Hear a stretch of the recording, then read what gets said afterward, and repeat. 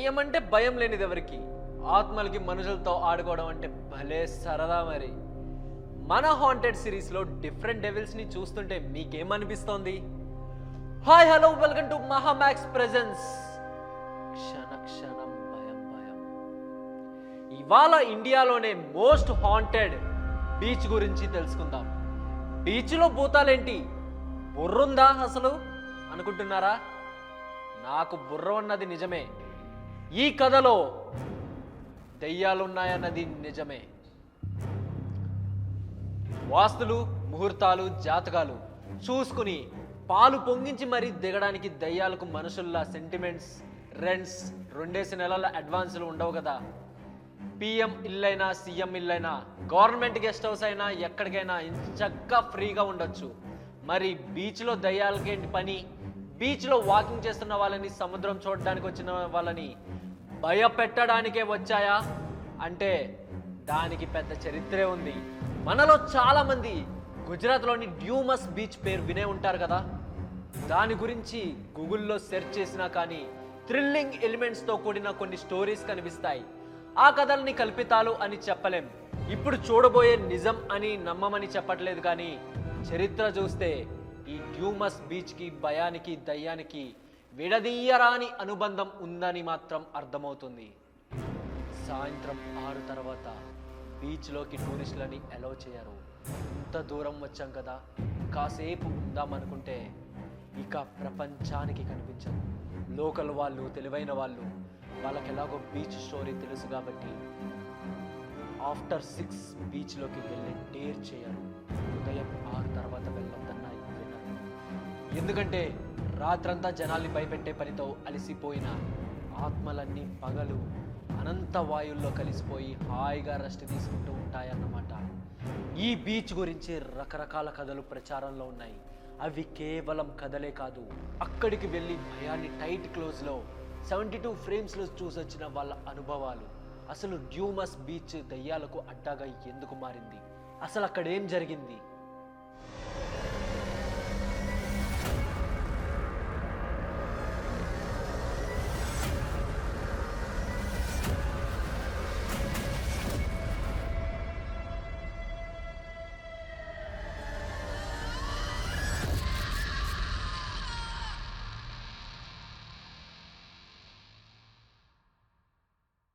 జనరల్గా బీచ్కి ఎందుకు వెళ్తారు? చిల్ అవ్వడానికి, ఫ్రెండ్స్తో ఎంజాయ్ చేయడానికి. కాస్త తీర్థం పుచ్చుకొని సముద్రపు నీళ్ళల్లో స్నానం చేయడమో, చేపలా స్విమ్ చేయడం లాంటివో చేస్తే కాసేపు అలా రిలాక్స్ అవుతామని వెళ్తుంటారు. అలా అనుకుని వెళ్ళే బుక్ అయిపోయిన బీచే ఇది. ఒకసారి కొంతమంది ఫ్రెండ్స్ ట్రిప్కి వెళ్ళారు. అప్పుడు ఏం జరిగిందంటే, ఓ 5-6 మంది ఫ్రెండ్స్ గ్రూప్ కలిసి డ్యూమస్ బీచ్కి వెకేషన్కి వెళ్ళారు. వయసుకు పోరగాళ్ళు కదా, పైగా బ్లడ్ బాయిల్ అవుతూ ఉంటుంది. మంచి హుషారుగా డే టైం అంతా చక్కగా బీచ్లో ఎంజాయ్ చేశారు. బీచ్ అందాలతో పాటు బీర్లు, మందు వేయడంతో కిక్ కాస్త డబుల్ అయింది. అప్పుడే డిసైడ్ అయ్యారు, ఏది ఏమైనా ఈ నైట్ ఇక్కడే మన క్యాంప్ ఫైర్. ఇంత వెలుతురుగా ఉంటే దయ్యాలు గియ్యాలు ఏమీ రావు, వస్తే మనల్ని చూసి భయంతో పారిపోతాయి అనుకున్నారు. పాపం, ఆత్మలతో ఆటలాడకూడదని అప్పుడు తెలియదు వాళ్ళకి. అనుకున్నట్టుగానే నైట్ స్టే చేయడానికి కావాల్సిన ఏర్పాట్లన్నీ చేసుకున్నారు. రాత్రిపూట బీచ్ ప్రశాంతంగా మరింత అందంగా మారింది. చక్కగా టెంట్స్ వేసుకుని డ్రింక్స్, డిన్నర్స్ కంప్లీట్ చేశారు. పిచ్చాపాటి మాట్లాడుకుంటూ మెల్లగా నిద్రలోకి జారుకున్నారు.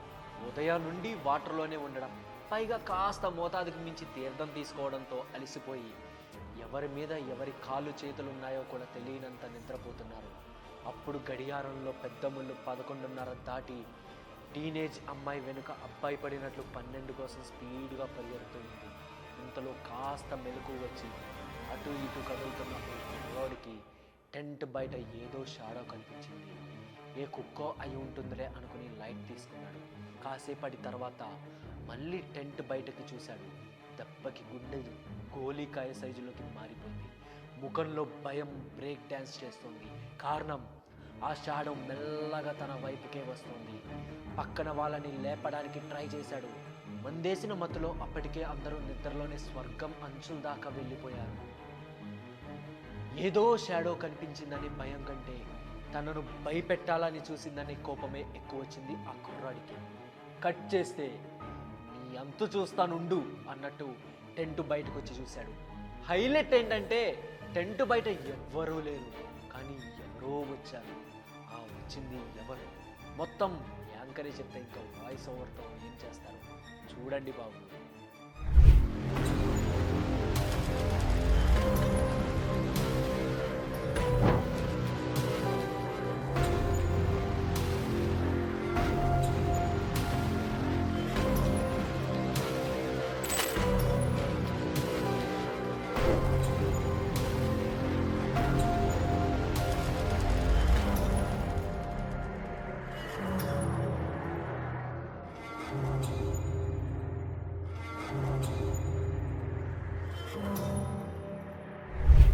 టెంట్ బయట ఎవరూ కనిపించలేదు, కానీ కాస్త దూరంగా ఉన్న చెట్టు దగ్గర ఎవరో నిలబడి ఇటు రా అన్నట్టు తన వైపు చేయి చూపిస్తూ సైగ చేస్తుండడం చూశాడు.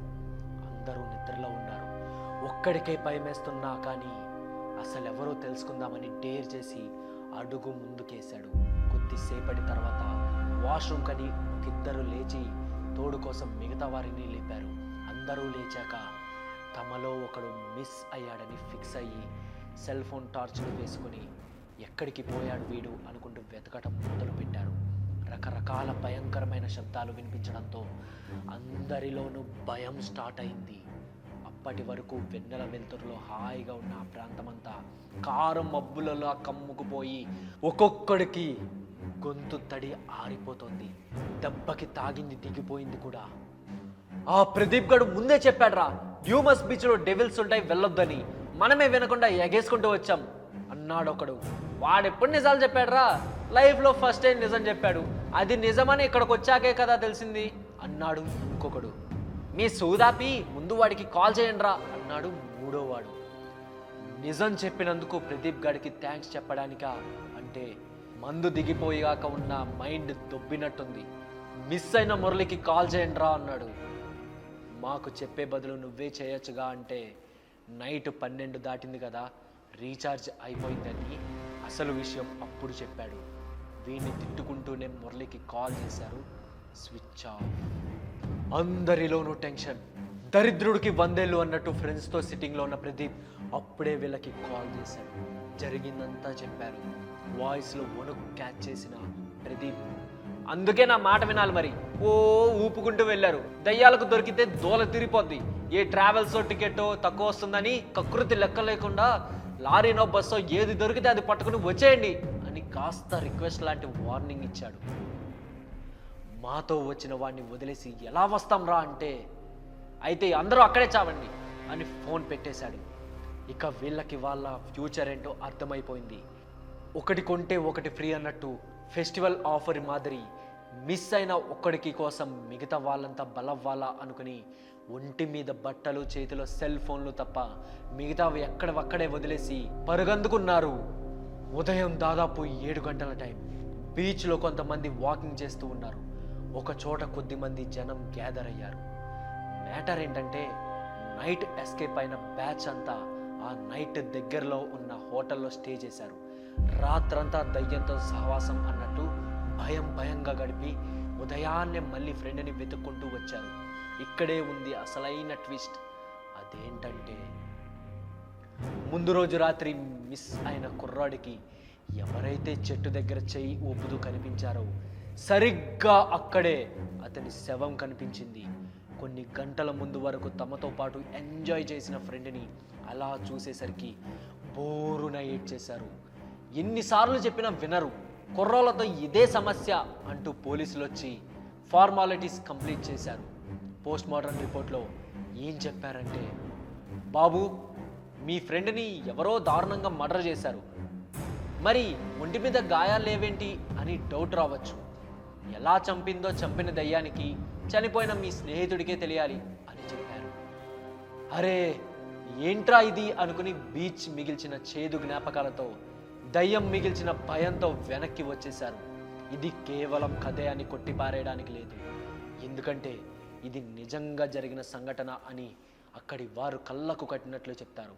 ఇక్కడ బీచ్లో ఇసుక నల్లగా ఉండడానికి కారణం ఉంది. అలాగే దీన్ని సూసైడ్ స్పాట్ అని కూడా అంటారు. ఇంట్లో పెద్దవాళ్ళు పెళ్ళికి ఒప్పుకోకపోతే లవర్స్ ఇక్కడికే వచ్చి ఆత్మహత్య చేసుకుంటారు. ఇలాంటి సంఘటనలు చాలానే జరిగాయి. డే టైంలో దయ్యాలు స్లీప్ మోడ్లో ఉంటాయి కాబట్టి ధైర్యం చేసే వాళ్ళు సూసైడ్ చేసుకుంటారు. దయ్యాలు చంపుతాయని తెలుసు కాబట్టి నైట్ టైం వచ్చే డేర్ చేయరు. ఇలాగే ఆకాష్ శర్మ అనే కుర్రాడు తన గర్ల్ ఫ్రెండ్ని తీసుకుని ఈ డూమస్ బీచ్కి వచ్చాడు. అది కూడా నైట్ టైం. ఇద్దరు నీ కళ్ళతోటి నా కళ్ళలోకి చూస్తేనే సూర్యోదయం అన్నట్టు ఒకరి కళ్ళల్లోకి ఒకరు చూస్తూ మంచి రొమాంటిక్ మూడ్లో వాకింగ్ చేస్తూ ఉన్నారు.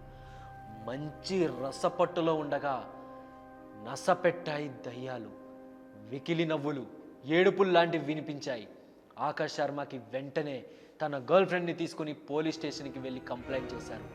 సినిమాల్లో పోలీసుల్లా దయ్యాల మీద కంప్లైంట్ ఏంట్రా, అయినా దయ్యాలు లవ్ చేసుకునే టైంలో అమ్మాయితో నువ్వేం చేయడానికి వెళ్ళావు, అక్కడికి ఓయో రూమ్కి వెళ్ళి లవ్ చేసుకోవచ్చుగా లాంటి మాటలు అన్నారో లేదో తెలియదు. కానీ ఈ మాట ఆ నోట ఈ నోట పాకి చివరికి పారానార్మల్ ఇన్వెస్టిగేటర్స్ వరకు వెళ్ళింది.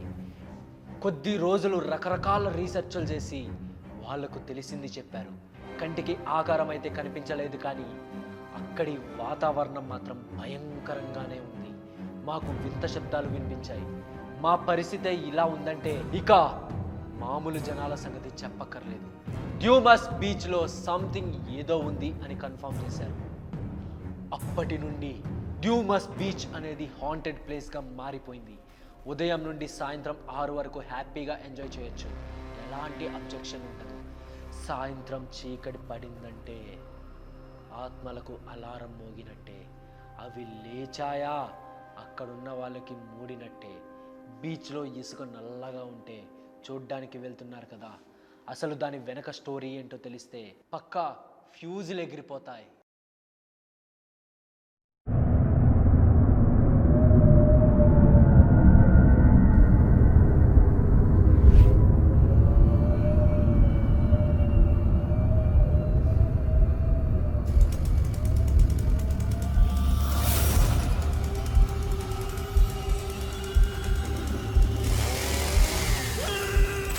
ఈ డ్యూమస్ బీచ్లోని ఇసుక నల్లగా ఎందుకుంది అంటే ఆ ప్రాంతంలో ఒకప్పుడు శ్మశానం ఉండేదట.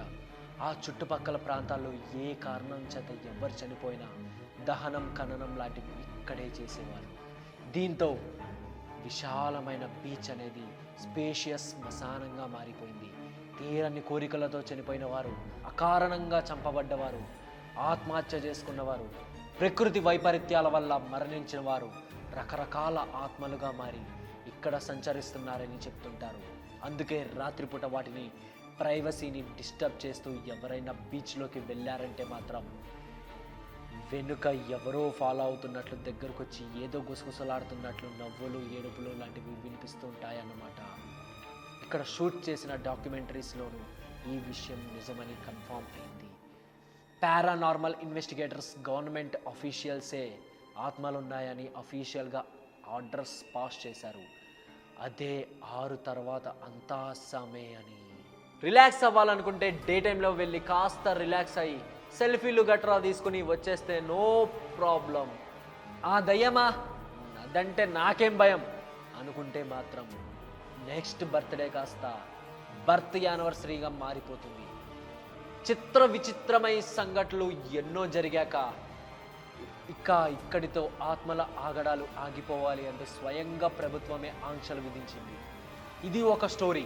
డ్యూమస్ బీచ్లో ఇంకో ఇంట్రెస్టింగ్ ఇన్సిడెంట్ జరిగింది. అనుకోకుండా ఓ ఇద్దరు ఫ్రెండ్స్ బీచ్కి వెళ్ళారు. తిరిగి వచ్చిన తర్వాత వాళ్ళ పరిస్థితి ఏటో ఫ్యామిలీ మెంబర్స్కి కూడా అర్థం కాలేదు. ఏదో ఆత్మను చూసుంటారులే అనుకుంటున్నారు కదా, అది కాదు. అసలు స్టోరీ ఏంటంటే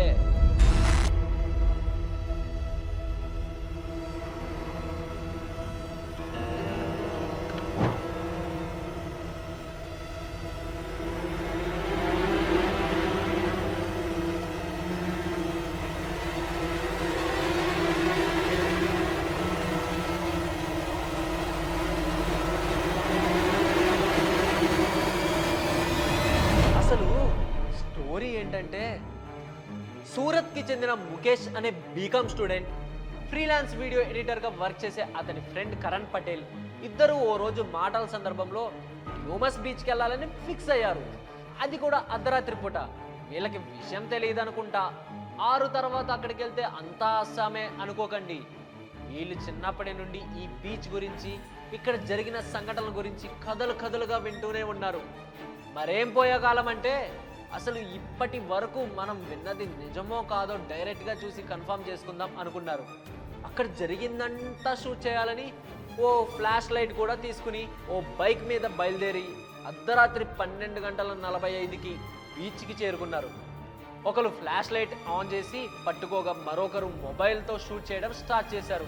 ఆ ప్రాంతం అంతా చీకటిగా మారిపోయింది.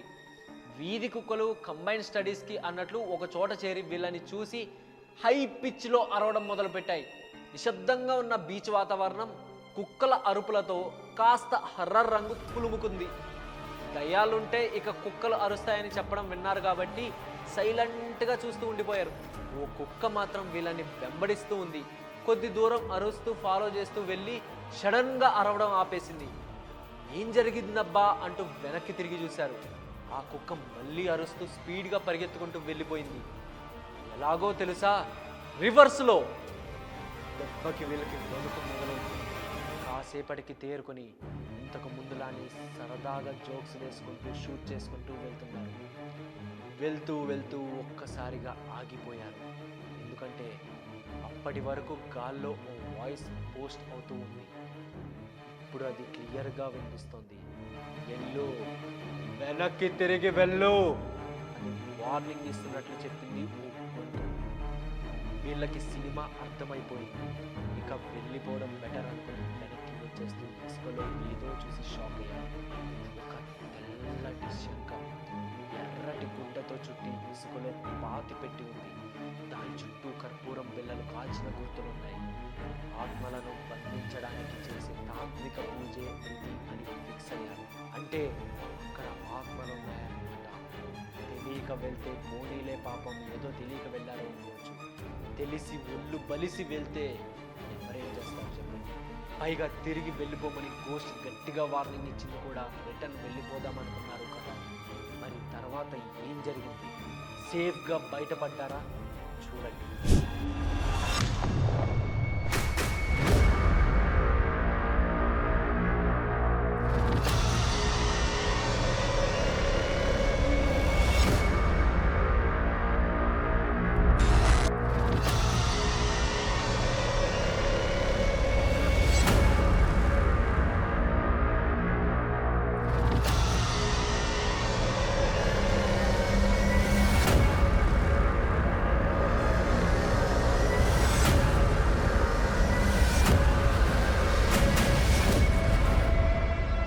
ఇక్కడ దయ్యాలున్నాయి, అవి మాట్లాడుతున్నాయి. వాటి కోసం ఎవరో శుద్ర పూజలు కూడా చేస్తున్నారు. ఇంతకు మించి ఇంకేం క్లారిటీ కావాలి? పెద్ద పీకుడు గాల్లాగా వచ్చి ఇక్కడ దయ్యాలున్నాయి అనుకుని షూట్ చేసి ప్రపంచానికి చూపిస్తే మనకేమైనా ప్రెసిడెంట్ మెడల్ ఏమైనా ఇస్తారా? పైగా దయ్యాల చేతులు దిక్కులేని జావు చచ్చామని ఫ్రెండ్స్ అంతా ఎగతాళి చేస్తారు అనుకుని స్పీడ్గా పరుగులాంటి నడకతో బయటపడే ప్రయత్నం చేస్తున్నారు. రకరకాల వింత శబ్దాలు వెనక నుండి ఎవరో ఫాలో చేస్తున్నట్లు అనిపించడం. వీళ్ళ వెనకే ఇసుకలో అడుగులు గుర్తులు ఉండడం. తిరిగి చూస్తే ఆ గుర్తులు మాయమైపోవడం. ఇలాంటి భయంకరమైన సంఘటనలు చాలానే జరిగాయి. చివరికి చచ్చాన్రోయ్ దేవుడా అనుకుంటూనే చచ్చి బతికి బయటపడ్డారు. బీచ్ బయట బైక్ పార్క్ చేసిన మెయిన్ రోడ్డు మీదకి వచ్చారు. అప్పుడు టైం 3:11. అంటే వీళ్ళు బీచ్లోకి వెళ్ళి సరిగ్గా 2:30 గంటలు. అంటే ఓ సినిమా చూడొచ్చు. నార్మల్ మూవీ డ్యూరేషన్ టైంలో హర్రర్ ఫిలిం అది లైవ్లో చూసి వచ్చారనమాట. ఇంకో హైలైట్ ఏంటంటే వీళ్ళకి మొదట అరగంట తప్పితే ఆ తర్వాత 2 గంటల పాటు ఏం జరిగిందో గుర్తులేదు. కట్ చేస్తే తర్వాత రోజు రాత్రి నిద్రలో ముఖేష్ కలవరించడం. దయ్యం పట్టినవాడిలా ఏంటి, పట్టినట్టే తనలో తాను మాట్లాడుకోవడం లాంటి వింత చేష్టలు చేస్తున్నాడు. ఇంట్లో వాళ్ళకి ఏం జరిగిందో అర్థం కాలేదు. కరణ్ పటేల్ చేస్తున్న వర్క్ ఇల్లు వదిలేసి అమ్మమ్మ వాళ్ళ ఊరికి వెళ్ళిపోయాడు. తర్వాత దీనికి సంబంధించి వీళ్ళ ఫ్రెండ్ ఒకతను చేసిన వీడియో ద్వారా అందరికీ తెలిసింది. అప్పటి నుండి రాత్రిపూట ప్రాణాల మీద ఆశ లేనోళ్ళు తప్ప బుద్ధున్నోళ్ళు ఎవరు బీచ్కి వెళ్ళరు, వెళ్తే తిరిగి రారు. అలా ఈ డ్యూమస్ బీచ్ అనేది ఇండియాలోనే మోస్ట్ హాంటెడ్ బీచ్గా మారిపోయింది. బీచ్ వాతావరణం ప్రశాంతంగానే కాదు, భయంకరంగా కూడా ఉంటుందని నిరూపించింది ఈ డ్యూమస్ బీచ్. ఇప్పటికీ దీని గురించి కథలుగా చెప్పుకుంటూ ఉంటారు. వింటే ఎలా ఉంటుందో ఈ పాటికే మీకు అర్థమైపోయి ఉంటుంది కదా. మరో థ్రిల్లింగ్ స్టోరీతో మళ్ళీ కలుద్దాం. కీప్ వాచింగ్ మహామాక్స్ ప్రెజెన్స్, క్షణ క్షణం